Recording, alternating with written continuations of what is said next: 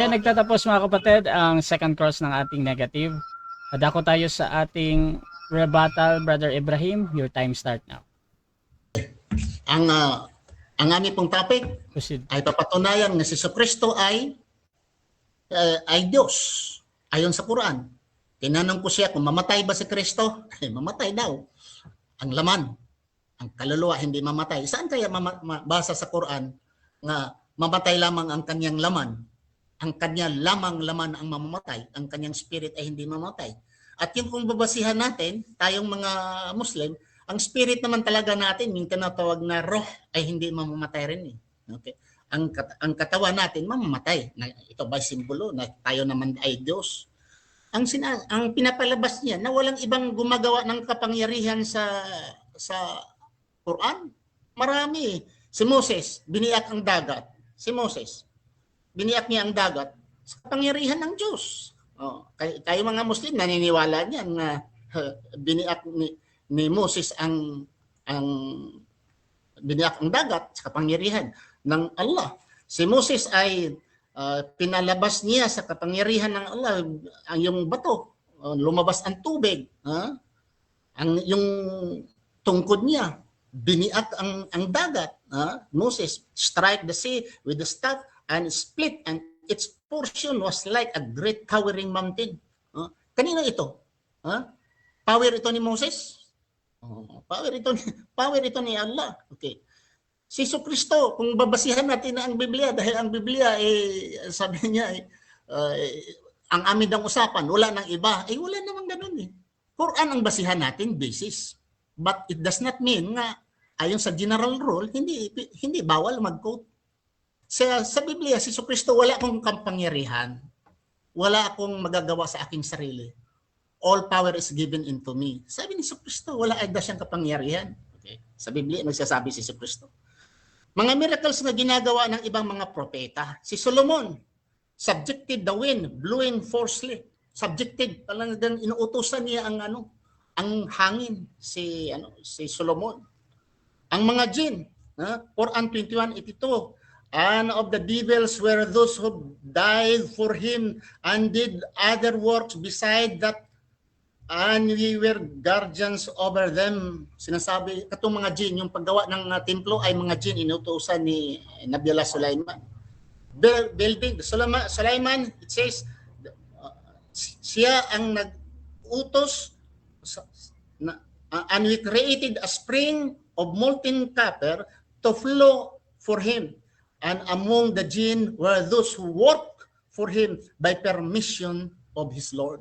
Jinn, mga engkanto by the permission of Allah. So, by permission of Allah. So, mga jinn din, may sarili silang kakayahan. Dahil yung mga jinn na gumawa, lumikas sa templo, by the permission of Allah also. So, yan kasi ang paniniwala ng mga Muslim, all the prophets are the permission of Allah ang ginagawa nila. Pero itong mga Romano-Katoliko, pag mayroon ka palang permission, Diyos ka na. Ay Diyos din pala nila ang mga jinn. Dahil dito sa Quran, ang mga jinn ay binigyan sila ng kapangyarihan para lilikha sila ng yung inuutos ni Sulaiman. So by the permission of their Lord. So yun pala Diyos din ninyo ang mga jinn. Okay. Ano pa? And Solomon inherited David. He said, "O people, we had been taught the language of the birds." Tinuruan siya ng lingwahe ng mga ibon. "And we had been given all things indeed. This is evidently bounty." Ito ay blessing, bounty. Siya ay nakipag-usap sa mga ibon. Kapangyarihan ba ng tao ito? Ang pakipag-usap ng ibon. Langgam nga, mayroon din. Siya ay nakipag-usap sa mga langgam. Naririnig niya ang mga langgam. Quran chapter 27 verse 18. Ito ba ay kay Solomon lamang? Another, Quran 27 verse 40. "This is from the favor of my Lord to test me whether I will be grateful or ungrateful." Sinabi ni Solomon. So mga kapatid, ang sinabi niya ng si Jesucristo lamang ang walang dinaan ng lalaki, si Melchizedek din no beginning. No end pa nga, mas matindi pa kay Jesucristo . Dahil si Jesucristo, mayroong simulan, may katapusan. Ang Diyos walang katapusan. Si Melchizedek, Diyos din yun pala niya. Mas Diyos siya kay Jesucristo. Dahil walang katapusan si Melchizedek. At sabi niya, inamin niya nga, si Allah walang pinanggalingan. Ang Diyos ay walang pinanggalingan. Si Jesucristo, very clear nga the Spirit of Jesus Christ from Allah. Ay hindi siya Diyos. Kay from Allah, si Allah, matawag mo ba na ang power of Allah is from another? No. Si Allah ang pinagsimulan sa lahat ng bagay. Kung pag sinasabi, from Allah, binigyan ako ng kapangyarihan, binigyan ako ng espiritu, binigyan ako ng lakas. From Allah, does it mean I am Allah? Ito ang logic ng aking katunggali. Dahil binigay daw ang espiritu from Allah to Jesus, therefore, God na siya. Wala ito. Mag-aral ka nga ng Arabic para malaman mo yung grammar. Ang sinasabi ko dito sa ChatGPT, tinanong ko si ChatGPT na ang diin nila, kasama ba diyan ang power? Ulitin ko. Okay. May akin naman ang oras to. ChatGPT, diin nila. Does it mean power of Allah? Diin nila? That's a great question. In Arabic, bi'idhin Allah, it literally means by the permission of Allah. It emphasizes that something happens only if Allah allows it.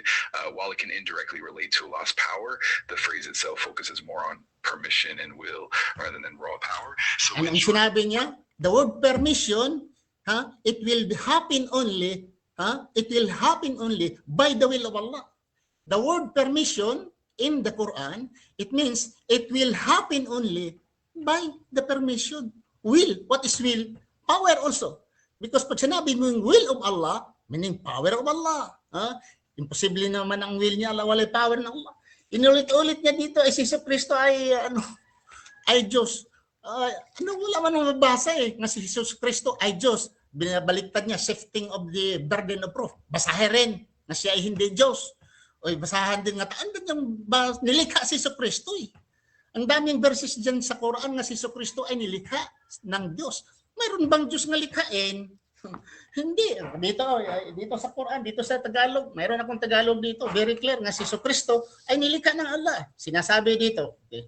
Sa Quran, chapter 5, verse 110, sinasabi dito, haba-haba naman, sa kagandahan ng loob ng Allah ay kabilang ang kagandahang loob sa Allah ay binigay ng gumagamit ang mga ipinanganak ng bulag at yung may leprosy at yung namatay sa kapahintulutan ng Allah. Nalig dito sa kapahintulutan ng Allah, sa Tagalog, kapahintulutan ng Allah. So, sa kanya, pag pahintulutan ikaw, mayroon ng kapangyarihan pahintulutan. Mayroon tayo bilang tao. Mayroon tayo pero ang ating hindi sapat. That's why kung babasahin mo sa chapter 5 verse 110, Allah supported him. Ang tao talaga ay may lakas, may paningin, may panglasa ang tao, pero this is not enough to perform miracles. So si Jesus Christ nag-perform miracles, tinuruan siya nga pagsulat Mayroon bang Diyos nga tuturuan pagsulat? Nilikha si Jesucristo. Tinuruan siya sa Torah, tinuruan siya sa Injil, at tinuruan pa siya. Supported ba siya by the permission of Allah ay siya ay makagawa ng buhay mula sa patay by the permission of Allah. Ang sa kanya dito, ang permission meaning nagmula mismo kay Jesus Christ. Sa aming mga Muslim, pag sinabing biid nila sa Arabic, mag-study ka nga ng Arabic, Mr. Torrance, para yung mga interpretation mo ay very strange ang yung interpretation Wala yan sa Islam Pag mula sa Allah ay Diyos na dahil ang espiritu ay mula sa Allah. Ang ating espiritu, saan nagmula? Tanungin kita. Ang espiritu kay Adam, yung nilikha si Adam, hinihipan siya ng espiritu. Saan nagmula ang espiritu ni Adam? Ikaw, ako, ang espiritu natin, saan nagmula? Sa Satanas. Sa Diyos.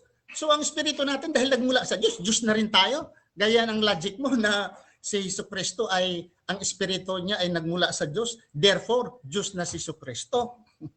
Malayo yan sa katotohanan, mga kapatid. Kami, mga Muslim, naniniwala na si Allah lamang ang isang Diyos. Sabi ng Allah sa Suratul Ikhlas, Bismillahirrahmanirrahim, Qul huwallahu ahad. Ahad. Qul huwallahu ahad, Allahu samad. Sana, bigyan mo sana akong 3 Okay, minutes. dako tayo sa ating 7 minutes na cross ng ating negative, affirmative. Your time start now, bro. Nakamute ka, bro.